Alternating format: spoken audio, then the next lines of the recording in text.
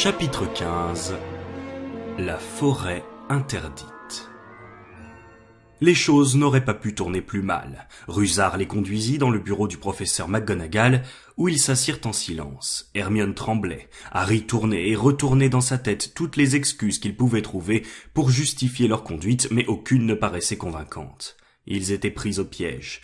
Comment avaient-ils pu être assez stupides pour oublier la cape? Aucune excuse au monde ne pourrait justifier aux yeux du professeur McGonagall qu'il se promène ainsi au milieu de la nuit, et surtout pas dans la plus haute tour d'astronomie qui était réservée aux cours. Si l'on ajoutait Norbert et la cape d'invisibilité, ils pouvaient tout aussi bien faire leur valise dès maintenant. Pour comble de malheur, lorsque le professeur McGonagall réapparut, elle tenait Neville par le bras. « Harry !» s'écria Neville. « Je t'ai cherché pour te prévenir.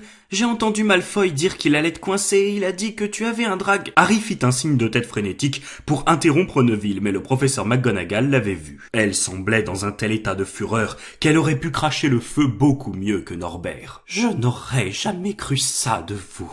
Monsieur Rusard m'a dit que vous étiez au sommet de la tour d'astronomie. Or, il est 1h du matin. J'exige des explications. » Pour la première fois, Hermione fut incapable de répondre à la question d'un professeur. Elle restait immobile, comme une statue, les yeux fixés sur le bout de ses chaussons. « J'ai une petite idée sur ce qui s'est passé, » reprit le professeur McGonagall. « Il n'est pas nécessaire d'être un génie pour le comprendre. Vous avez raconté à Drago Malfoy une histoire à dormir debout au sujet d'un prétendu dragon pour l'attirer hors de son lit et lui créer des ennuis.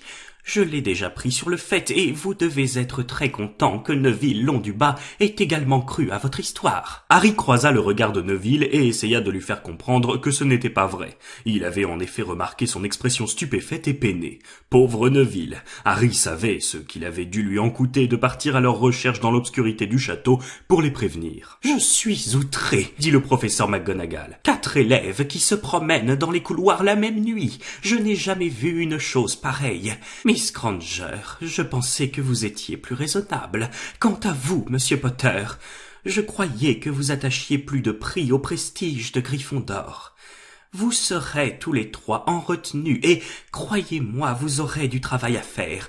Oui, vous aussi, Monsieur Londubat, rien ne vous autorise à errer dans les couloirs en pleine nuit, encore moins en cette période. C'est extrêmement dangereux et j'enlève 50 points à Gryffondor. « 50 !» s'exclama Harry, suffoqué. Ils perdaient du même coup la tête du championnat qu'ils avaient gagné lors du dernier match de Quidditch. 50 points chacun, précisa le professeur McGonagall. « Professeur, s'il vous plaît, vous ne pouvez pas. Ce n'est pas à vous de me dire ce que je peux faire ou pas, Potter. Et maintenant, retournez vous coucher tous les 3. Jamais des élèves de Gryffondor ne m'ont fait autant honte. » 150 points perdus. Gryffondor était relégué à la dernière place du championnat. En une seule nuit, il lui avait fait perdre toute chance de remporter la coupe des 4 maisons. Comment pourrait-il jamais rattraper un tel handicap? Harry ne dormit pas de la nuit. Il entendit Neville sangloter dans son oreiller des heures entières. Il ne savait pas quoi dire pour le consoler. Tout comme lui, Neville redoutait l'aube. Qu'arriverait-il lorsque les autres élèves de Gryffondor apprendraient ce qui s'était passé? Le lendemain, quand les élèves de Gryffondor passèrent devant les sabliers géants qui comptabilisaient les points de chaque maison, ils crurent d'abord à une erreur. Comment aurait-il pu perdre 150 points en une nuit? L'histoire commença alors à se répandre. C'était Harry Potter, le célèbre Harry Potter, le héros des 2 derniers matchs de Quidditch qui leur avait fait perdre tous ses points, lui et 2 autres idiots de première année. Harry, qui avait été le plus populaire, le plus admiré des élèves de l'école, devint brusquement celui qu'on détestait le plus. Même les Serres d'Aigle et les Poufsouffles s'en prenaient à lui, car ils avaient tous espéré que les Serpentards perdraient la coupe. Partout où Harry apparaissait, on le montrait du doigt, on l'insultait à haute voix. Les Serpentards, en revanche, applaudissaient et l'acclamaient chaque fois qu'ils le voyaient passer. « Merci pour le coup de main, Potter. » Il n'y avait que Ron pour lui rester fidèle. « Ils auront oublié tout ça dans quelques semaines, » assura-t-il. « Fred et George ont fait perdre des quantités de points à Gryffondor pendant tout le temps qu'ils ont passé ici. Et tout le monde les aime bien quand même. Ils n'ont jamais fait perdre 150 points d'un coup, j'imagine, » dit Harry d'un air malheureux. « Non. C'est vrai. » admit Ron. Il était un peu tard pour réparer les dégâts, mais Harry se jura désormais de ne plus se mêler de ce qui ne le regardait pas. Il se sentait si honteux qu'il proposa à Dubois de démissionner de l'équipe de Quidditch. « Démissionner !» tonna Dubois. « Et ça nous servira à quoi? Comment on va faire pour regagner des points si on ne peut plus gagner les matchs ?» Mais même le Quidditch avait cessé de l'amuser. Les autres joueurs refusaient d'adresser la parole à Harry pendant les séances d'entraînement, et quand ils avaient besoin de parler de lui, ils le désignaient sous le nom d'attrapeur. Hermione et Neville souffraient, eux aussi. Ils n'avaient pas à subir autant d'avanies, car ils n'étaient pas aussi connus, mais personne ne leur parlait non plus. Hermione était devenue discrète en classe, gardant la tête baissée et travaillant en silence. Harry était presque content que la période des examens approche. Toutes les révisions qu'ils avaient à faire jusque tard dans la nuit, et en compagnie de Ron et Hermione, lui occupaient suffisamment l'esprit pour qu'il n'ait plus le temps de penser à ses malheurs. Une semaine avant les examens, cependant, la promesse que Harry s'était faite de ne plus se mêler de ce qui ne le regardait pas fut mise à l'épreuve. Un après-midi, alors qu'il revenait de la bibliothèque, il entendit un gémissement qui provenait d'une salle de classe, un peu plus loin. Il reconnut bientôt la voix de Quirrell. « Non, non, ne recommencez pas, s'il vous plaît, » implorait-il. On aurait dit que quelqu'un le menaçait. Harry s'approcha. « D'accord, d'accord. » sanglota Quirrell. Un instant plus tard, il sortit en hâte de la salle en redressant son turban. Il avait le teint pâle et semblait sur le point de fondre en larmes. Il s'éloigna à grands pas et disparut. Harry attendit que le bruit de ses pas se soit évanoui, puis il regarda à l'intérieur de la salle de classe. Elle était vide, mais il y avait de l'autre côté une deuxième porte qui était entr'ouverte, et il s'avança dans cette direction. Il avait déjà parcouru la moitié du chemin lorsque, se souvenant de sa promesse, il se ravisa.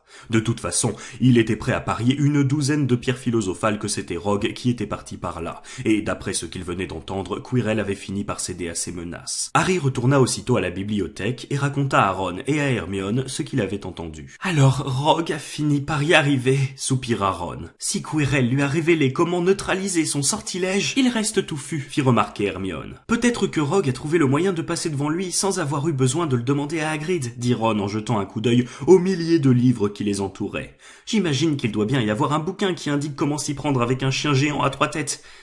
Qu'est-ce qu'on fait, Harry ?» La lueur de l'aventure brillait à nouveau dans le regard de Ron, mais Hermione répondit avant Harry. « Il faut aller voir Dumbledore, » dit-elle. « C'est ce qu'on aurait dû faire depuis le début. Si on tente quelque chose nous-mêmes, on va se faire renvoyer, c'est sûr. Mais on n'a aucune preuve, » répondit Harry. « Quirrell a bien trop peur pour confirmer ce qu'on dira. Rogue se contentera de prétendre qu'il ignore comment le troll est entré le jour de Halloween et qu'il ne s'est pas rendu au 3e étage. Et qui est-ce qu'on va croire? Lui ou nous ? Tout le monde sait qu'on le déteste. Dumbledore pensera que nous avons inventé toute l'histoire pour essayer de le faire renvoyer. Rusard ne nous aiderait pour rien au monde, même si sa vie en dépendait. Il est bien trop ami avec Rogue et, à ses yeux, plus il y a d'élèves qui se font renvoyer, mieux c'est. En plus, on n'est pas censé connaître l'existence de la pierre ni celle de Touffu. » Hermione sembla convaincue, mais pas Ron. « Et si on se contentait de fouiner un peu ?» proposa-t-il. « Non, » répliqua Harry. « On a suffisamment fouiné comme ça. » Il tira vers lui une carte de Jupiter et commença à apprendre les noms de ses satellites. Le lendemain matin, les retenues furent signifiées officiellement à Harry, Hermione et Neville pendant le petit déjeuner. Le mot qu'on leur distribua était le même. « Votre retenue commencera ce soir à 11h. Rendez-vous avec Monsieur Rusard dans le hall d'entrée. Professeur M. McGonagall. » Dans l'agitation qu'avait provoqué la perte de leurs points, Harry avait oublié qu'ils avaient toujours des retenues à faire. Il s'attendait à ce qu'Hermione se plaigne en disant que c'était une soirée de perdu pour les révisions, mais elle ne prononça pas un mot. Tout comme Harry, elle estimait qu'ils avaient eu ce qu'ils méritaient. À 11h, ce soir-là, ils dirent au revoir à Ron dans la salle commune et descendirent dans le hall d'entrée avec Neville. Rusard était déjà là, ainsi que Malfoy. Lui aussi était puni. Harry avait fini par l'oublier. « Suivez-moi, » dit Rusard en les conduisant au dehors, une lampe à la main. « Alors, vous y repenserez à 2 fois maintenant, avant de violer les règlements de l'école, » lança-t-il d'un ton narquois. « Travailler dur et souffrir, c'est comme ça qu'on apprend le mieux, vous pouvez me croire. C'est dommage que les anciennes punitions n'aient plus cours. En ce temps-là, on vous suspendait au plafond par les poignets pendant quelques jours. J'ai toujours les chaînes dans mon bureau. Je les entretiens soigneusement au cas où on s'en servirait à nouveau. Allez, on y va. » Rusard leur fit traverser le parc. Neville n'arrêtait pas de renifler. Harry se demanda en quoi allait consister leur punition. C'était sans doute quelque chose de redoutable pour que Rusard ait l'air aussi réjoui. La lune brillait, mais les nuages qui la masquaient par moments les plongeaient dans l'obscurité. Plus loin, on apercevait les fenêtres allumées de la cabane de Hagrid. Ils entendirent alors une voix crier. « C'est vous, Rusard ? Dépêchez-vous, j'ai hâte de commencer. » Harry se sentit soudain un peu plus léger. Si leur punition consistait à travailler avec Hagrid, ce serait moins difficile que prévu. Le soulagement avait dû apparaître sur son visage, car Rusard s'empressa de le décevoir. « Oh, vous imaginez peut-être que vous allez passer un peu de bon temps avec ce fainéant. Détrempez-vous, jeunes gens, c'est dans la forêt interdite que vous allez, et ça m'étonnerait que vous soyez encore entiers quand vous en ressortirez. » Neville émit un gémissement et Malfoy s'arrêta net. « La forêt ?» dit-il d'un ton qui avait perdu sa morgue habituelle. « On ne va quand même pas y aller en pleine nuit. Il y a des tas de bestioles là-dedans, même... des loups-garous, d'après ce qu'on m'a dit. » Harry sentit la main de Neville lui serrer le bras. « Oh, il fallait penser aux loups-garous avant de faire des bêtises. » Hagrid surgit de l'obscurité, croque-dur sur ses talons. Il avait à la main une grande arbalète et un carquois rempli de flèches en bandoulière. « C'est pas trop tôt, dit-il. Ça fait une demi-heure que j'attends. Ça va, Harry. Hermione, à votre place, je ne serais pas trop aimable avec eux, dit Rusard avec froideur. Ils sont ici pour être punis. C'est pour ça que vous êtes en retard, répliqua Hagrid en regardant Rusard d'un air mauvais. Vous leur avez fait la leçon, hein? C'est pas dans vos attributions. Vous avez fait votre part. À partir d'ici, c'est moi qui m'en occupe. Je reviendrai à l'aube, dit Rusard, pour récupérer ce qui restera d'eux. Et il retourna vers le château, éclairé par sa lampe qui se balançait dans l'obscurité. Malfoy se tourna vers Hagrid. « Je refuse d'aller dans cette forêt !» dit-il. Harry fut enchanté d'entendre le tremblement dans sa voix qui trahissait sa panique. « Il faudra bien y aller si tu veux rester à Poudlard !» répliqua Hagrid d'un ton féroce. « Tu as fait des idioties, il faut payer maintenant. »« Il n'y a que les domestiques qui vont dans la forêt, pas les élèves !» protesta Malfoy. « Je croyais qu'on allait nous faire copier des lignes ou quelque chose dans ce goût-là. Si mon père apprenait qu'on m'oblige à... » « C'est comme ça que ça se passe à Poudlard !» coupa Hagrid. « Copier des lignes. Et puis quoi encore? À quoi c'est bon? Ou bien tu fais quelque chose d'utile, ou bien tu es renvoyé. Si tu penses que ton père préfère que tu t'en ailles, tu n'as qu'à retourner au château et préparer ta valise. Allez, vas-y !» Malfoy ne bougea pas. Il lança à Hagrid un regard furieux, puis il baissa les yeux. « Très bien, » dit Hagrid. « Et maintenant, écoutez-moi bien, tous les quatre, parce que c'est très dangereux ce que nous allons faire cette nuit. Je ne veux pas que vous preniez des risques. Suivez-moi par là. » Il les amena à la lisière de la forêt, leva sa lampe et montra un étroit sentier qui serpentait parmi les gros arbres noirs. Une petite brise agitait leurs cheveux tandis qu'ils contemplaient la forêt. « Regardez, » dit Hagrid. « Vous voyez cette chose argentée qui brille par terre? C'est du sang de licorne. Il y a dans les environs une licorne qui a été gravement blessée par je ne sais quoi. C'est la 2e fois cette semaine. J'en ai trouvé une morte mercredi dernier. On va essayer de retrouver cette malheureuse bestiole. Il faudra peut-être mettre fin à ses souffrances. »« Et qu'est-ce qui se passe si le je ne sais quoi qui a blessé la licorne nous trouve avant ?» demanda Malfoy sans parvenir à dissimuler la terreur qui altérait sa voix. « Tant que tu seras avec moi et Croque-Dur, rien de ce qui vit dans cette forêt ne pourra te faire de mal, » assura Hagrid. « Ne vous écartez pas du chemin. Nous allons tout de suite nous séparer en 2 groupes et suivre les traces dans des directions différentes. Il y a du sang partout. Elle a dû errer dans tous les sens depuis la nuit dernière. »« Je veux Croque-Dur avec moi !» dit précipitamment Malfoy en regardant les longues dents du chien. « D'accord, mais je te préviens, c'est un trouillard, » dit Hagrid. « Alors, Harry, Hermione et moi, on va d'un côté. Drago, Neville et Croque-Dur de l'autre. Si l'un de nous trouve la licorne, il envoie des étincelles vertes, d'accord? Sortez vos baguettes magiques et entraînez-vous dès maintenant. Voilà, très bien. Et si quelqu'un a des ennuis, il envoie des étincelles rouges pour que les autres viennent à son secours. Allons-y maintenant, et faites bien attention. » La forêt était noire et silencieuse. Un peu plus loin, ils atteignirent une bifurcation. Hagrid, Harry et Hermione prirent le chemin de gauche, Malfoy, Neville et Croque-Dur, celui de droite. Ils avancèrent sans bruit, les yeux rivés au sol. De temps à autre, un rayon de lune traversait les feuillages et faisait briller une tache de sang argenté sur les feuilles mortes. Harry remarqua que Hagrid avait l'air inquiet. « Est-ce qu'un loup-garou pourrait tuer une licorne ?» demanda Harry. « Il ne serait pas assez rapide. Les licornes ne sont pas faciles à attraper, ce sont des créatures qui ont des pouvoirs magiques très puissants. Avant ça, je n'avais jamais entendu dire qu'on puisse blesser une licorne. Ils passèrent devant une souche d'arbre couverte de mousse. Harry entendit un bruit d'eau. Il devait y avoir un ruisseau à proximité. Il y avait toujours des taches de sang de licorne le long du chemin sinueux. « Ça va, Hermione ?» murmura Hagrid. « Ne t'inquiète pas, si elle est gravement blessée, elle n'a pas pu aller bien loin. Et nous arriverons à...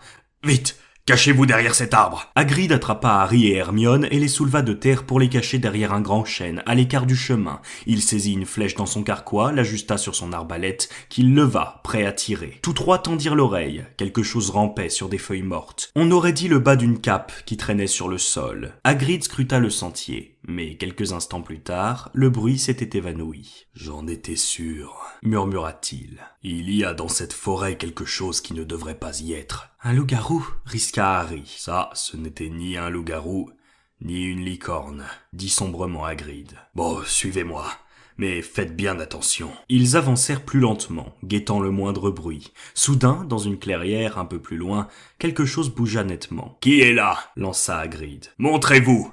« Je suis armé !» Dans la clairière, apparut alors, était-ce un homme, était-ce un cheval? Jusqu'à la taille, c'était un homme avec une barbe et des cheveux roux, mais au-dessous, c'était un cheval, couleur noisette, avec une longue queue aux reflets rougeâtres. Harry et Hermione restèrent bouche bée. « Ah, c'est toi, Ronan !» dit Hagrid soulagé. « Comment ça va ?» Il s'avança et serra la main du centaure. « Salut à toi, Hagrid !» répondit Ronan d'une voix grave et triste. Tu t'apprêtais à me tirer dessus ? Oh, on n'est jamais trop prudent, dit Hagrid en tapotant son arbalète. Il y a quelque chose qui se promène dans cette forêt et qui fait du dégât. Au fait, je te présente Harry Potter et Hermione Granger, des élèves de l'école. Ronan est un centaure, ajouta-t-il à l'adresse de Harry et d'Hermione. On avait remarqué, dit Hermione d'une petite voix. Bonsoir, dit Ronan. Vous êtes des élèves de l'école ? Et vous apprenez beaucoup de choses ? Un peu, répondit timidement Hermione. Un peu, c'est déjà pas mal, soupira le centaure. Il leva la tête et regarda le ciel. On voit bien Mars ce soir, remarqua-t-il. Oui, dit Hagrid en regardant à son tour. Je suis content qu'on soit tombé sur toi, Ronan. Il y a une licorne qui a été blessée. Tu as vu quelque chose ? Ronan ne répondit pas tout de suite. Il garda les yeux levés vers le ciel, puis soupira à nouveau. « Les innocents sont toujours les premières victimes, » dit-il. « Il en a toujours été ainsi. Il en sera toujours de même. »« Oui, » dit Hagrid. « Mais est-ce que tu as vu quelque chose, Ronan ? Quelque chose d'inhabituel ? »« On voit bien Mars, ce soir, » répéta Ronan. Il est beaucoup plus brillant que d'habitude. « Je te demandais si tu avais vu quelque chose plus près d'ici, » dit Hagrid avec impatience. « Alors ?»« Les forêts sont pleines de secrets, » déclara Ronan au bout d'un certain temps. Hagrid leva à nouveau son arbalète en entendant un bruit derrière eux, mais c'était un autre centaure, aux cheveux et au corps noir, qui avait l'air plus sauvage que Ronan. « Salut, Bane, » dit Hagrid. « Ça va ? » Justement, je demandais à Ronan s'il n'avait rien vu d'inhabituel ces derniers temps. Une licorne a été blessée. Tu sais quelque chose à ce sujet ? L'autre centaure leva la tête vers le ciel. « On voit bien Mars ce soir, » dit-il. « On sait, grommela Hagrid.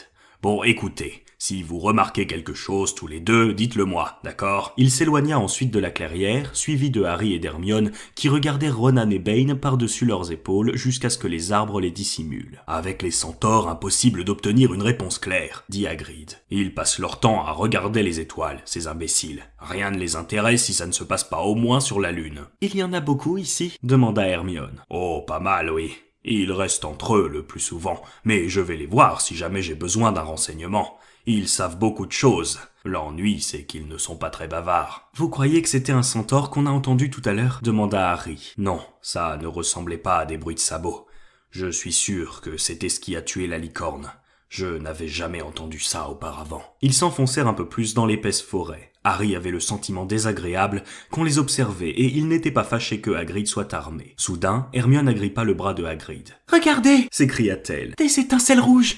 Les autres ont des ennuis. Attendez-moi ici, vous deux, dit Hagrid. Ne vous éloignez pas du sentier, je viendrai vous rechercher. Ils l'entendirent s'enfoncer dans les sous-bois et échangèrent un long regard terrifié jusqu'à ce qu'ils n'entendent plus que le bruissement des feuillages autour d'eux. « Tu crois qu'ils sont blessés ?» murmura Hermione. « Si c'est Malfoy, ça m'est égal, mais s'il est arrivé quelque chose à Neville... » C'est à cause de nous qu'il est ici. Les minutes passèrent, interminables. Leur ouïe s'affinait. Harry percevait chaque souffle de vent, chaque craquement de brindilles. Que se passait-il? Où étaient les autres? Enfin, des bruits de pas sonores annoncèrent le retour de Hagrid. Malfoy, Neville et Croque-Dur étaient avec lui. Hagrid fulminait. D'après ce que Harry et Hermione comprirent, Malfoy s'était approché sans bruit de Neville et l'avait saisi par derrière pour lui faire une farce. Neville avait alors paniqué et envoyé les étincelles. On aura de la chance si on attrape quelque chose avec tout le raffut que vous avez fait. On va changer les groupes. Neville, tu restes avec moi et Hermione.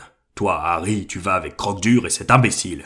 Je suis désolé, souffla-t-il à Harry. Mais toi, au moins, il n'arrivera pas à te faire peur. Harry partit donc en compagnie de Malfoy et de Croque-Dur. Ils marchèrent pendant plus d'une demi-heure. La forêt était de plus en plus épaisse à mesure qu'ils avançaient, et le sentier devint presque impraticable. Harry avait l'impression que les taches de sang étaient plus abondantes. Il en vit sur les racines d'un arbre, comme si la malheureuse créature s'était débattue, folle de douleur. À travers le feuillage d'un vieux chêne, Harry aperçut une clairière. Il fit signe à Malfoy de s'arrêter. Il y avait quelque chose d'un blanc brillant sur le sol. Ils s'approchèrent prudemment. C'était bien la licorne. Elle était morte. Harry n'avait jamais rien vu d'aussi beau et d'aussi triste. Ses longues jambes minces s'étaient repliées dans sa chute et sa crinière étalée formait une tache gris-perle sur les feuilles sombres. Harry s'avançait vers elle lorsqu'un bruissement le figea sur place. Au bord de la clairière, un buisson frémit. Puis une silhouette encapuchonnée sortit de l'ombre et rampa sur le sol, comme une bête traquant un gibier. Harry, Malfoy et Croque-Dur étaient pétrifiés. La silhouette s'arrêta devant le cadavre de la licorne, pencha la tête sur le flanc déchiré de l'animal et commença à boire son sang. Ah! Malfoy laissa échapper un terrible hurlement et prit aussitôt la fuite suivi de Croque-Dur. La silhouette au capuchon leva la tête et darda son regard sur Harry. Du sang de licorne lui coulait sur la poitrine. La silhouette se releva d'un bond et se précipita vers lui. Paralysé par la peur, Harry fut incapable de bouger. Une douleur foudroyante lui traversa alors la tête, une douleur comme il n'en avait encore jamais ressenti. C'était comme si sa cicatrice avait soudain pris feu. À moitié aveuglé, il recula en titubant. Au même moment, il entendit des bruits de sabots qui galopaient derrière lui, puis quelque chose lui sauta par-dessus et fonça vers la silhouette. La douleur de Harry était si intense qu'il tomba à genoux. Il dut attendre un bon moment avant qu'elle ne s'atténue. Lorsqu'il releva la tête, la silhouette avait disparu et un centaure se tenait devant lui. Ce n'était ni Ronan, ni Bane. Celui-ci paraissait plus jeune. Il avait des cheveux blonds blancs et un corps de couleur alezan. « Ça va ?» demanda le centaure en aidant Harry à se relever. « Oui, merci. Qu'est-ce que c'était ?» Le centaure ne répondit pas. Il avait des yeux d'un bleu surprenant, comme des saphirs délavés. Il observa attentivement Harry, et son regard s'attarda sur la cicatrice qui brillait, livide, sur son front. « Tu es le fils Potter, » dit le centaure. « Il vaudrait mieux que tu retournes auprès de Hagrid. La forêt n'est pas sûre ces temps-ci, surtout pour toi. Tu sais monter à cheval? Ce sera plus rapide. » « Je m'appelle Firenze », ajouta-t-il en pliant les jambes pour que Harry puisse monter sur son dos. Il y eut alors un autre bruit de galop et Ronan et Bane surgirent des arbres, les flancs palpitants, couverts de sueur. « Firenze !» tonna Bane. « Qu'est-ce que tu fais? Tu portes un humain sur ton dos. Tu n'as donc aucune honte. Tu te prends pour une vulgaire mule. »« Vous savez qui est ce garçon ?» répliqua Firenze. « C'est le fils Potter. Plus vite il aura quitté la forêt, mieux cela vaudra. »« Qu'est-ce que tu lui as dit ?» gronda Bane. « Souviens-toi, Firenze, nous avons fait serment de ne pas nous opposer aux décisions du ciel. N'avons-nous pas lu dans le mouvement des planètes ce qui doit arriver ?»« Je suis sûr que Firenze a cru bien faire, » intervint Ronan de sa voix sombre. « Bien faire !» s'écria Bane avec colère en frappant le sol de son sabot. « Qu'avons-nous à voir là-dedans?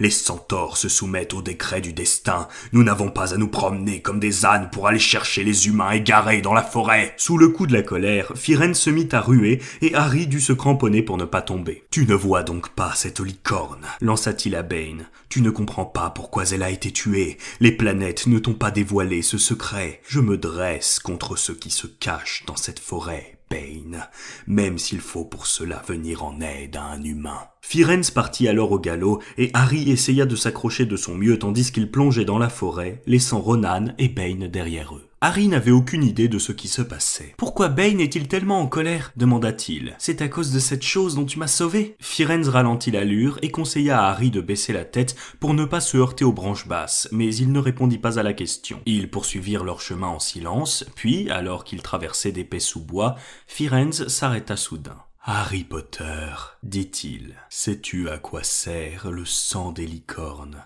« Non, répondit Harry, surpris par l'étrange question. Dans les potions, nous n'utilisons que leurs cornes et les crins de leur queue. Tuer une licorne est une chose monstrueuse, dit Firenze. Pour commettre un tel crime, il faut n'avoir rien à perdre et tout à gagner. Le sang de licorne permet de survivre, même si on est sur le point de mourir, mais à un prix terrible. Car il faut tuer un être pur et sans défense pour sauver sa propre vie. Et dès l'instant où les lèvres touchent le sang, ce n'est plus qu'une demi-vie, une vie maudite. Harry observa la crinière de Firenze que la lune parsemait de taches argentées. « Qui pourrait être désespéré à ce point ?» se demanda Harry à haute voix. « Si on doit être maudit à jamais, mieux vaut mourir, non ?»« Oui. » dit Firenze, à moins qu'on ait simplement besoin de survivre suffisamment longtemps pour pouvoir boire quelque chose d'autre, quelque chose qui redonne la force et la puissance, quelque chose qui permette de ne jamais mourir. Harry Potter, sais-tu ce qui est caché dans l'école en ce moment? La pierre philosophale, l'élixir de longue vie, bien sûr. Mais je ne comprends pas qui... Ne connais-tu pas quelqu'un qui a passé des années à guetter la moindre occasion de retrouver son pouvoir, qui s'est cramponné à la vie en attendant sa chance? Harry eut l'impression qu'une main de fer venait de se refermer sur son cœur. Il se souvenait de ce que Hagrid lui avait dit lors de leur première rencontre. Certains disent qu'il est mort. À mon avis, ce sont des calembres d'aine. Je ne crois pas qu'il ait eu en lui quelque chose de suffisamment humain pour mourir. Vous voulez parler de vol... Harry! Harry! Tu n'es pas blessé? Hermione courait vers eux. Hagrid essayait de la suivre en soufflant comme un buffle. Ça va très bien, répondit machinalement Harry. La licorne est morte, Hagrid. Elle est dans la clairière là-bas. C'est ici que je te quitte, dit Firenze, tandis que Hagrid se précipitait vers la clairière. Tu es en sécurité à présent. Harry se laissa glisser à terre. Bonne chance, Harry Potter. Il arrive qu'on se trompe en lisant le destin dans les planètes. Même les centaures. J'espère que c'est le cas aujourd'hui.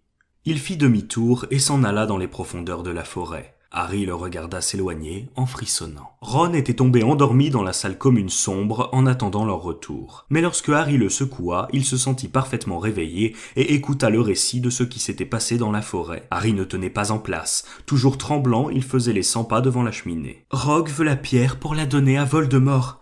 Et Voldemort l'attend dans la forêt. Et pendant tout ce temps-là, nous pensions que Rogue voulait simplement devenir riche. »« Arrête de prononcer ce nom !» murmura Ron effrayé. On aurait dit qu'il avait peur que Voldemort les entende. Mais Harry ne l'écoutait pas. « Firenze m'a sauvé, mais il n'aurait pas dû le faire. Bane était furieux. Il disait qu'il ne fallait pas intervenir dans ce que décident les planètes. Elles doivent sûrement montrer que Voldemort est de retour. Et Bane pense que Firenze aurait dû laisser Voldemort me tuer. » J'imagine que ça aussi s'était écrit dans les étoiles. « Arrête de prononcer ce nom !» dit Ron d'une voix sifflante. « Maintenant, je n'ai plus qu'à attendre que Rogue vole la pierre !» poursuivit Harry d'une voix fébrile. « Et Voldemort pourra en finir avec moi. Comme ça, Bane sera content. » Hermione paraissait terrifiée, mais elle essaya de le rassurer. « Harry, tout le monde dit que Dumbledore est le seul dont tu sais qui a jamais eu peur. Avec Dumbledore, il n'osera pas toucher à toi. Et d'ailleurs, qui dit que les centaures ont raison? Il parle comme s'il disait la bonne aventure, et d'après le professeur McGonagall, c'est une branche très douteuse de la magie. » Ils étaient encore là à parler lorsque l'aube se leva. Épuisés, ils montèrent se coucher, la gorge en feu. Mais les surprises de la nuit n'étaient pas terminées. Lorsqu'il défit son lit, Harry découvrit la cape d'invisibilité soigneusement pliée entre les draps. Un mot y était épinglé, sur lequel était écrit « Au cas où ».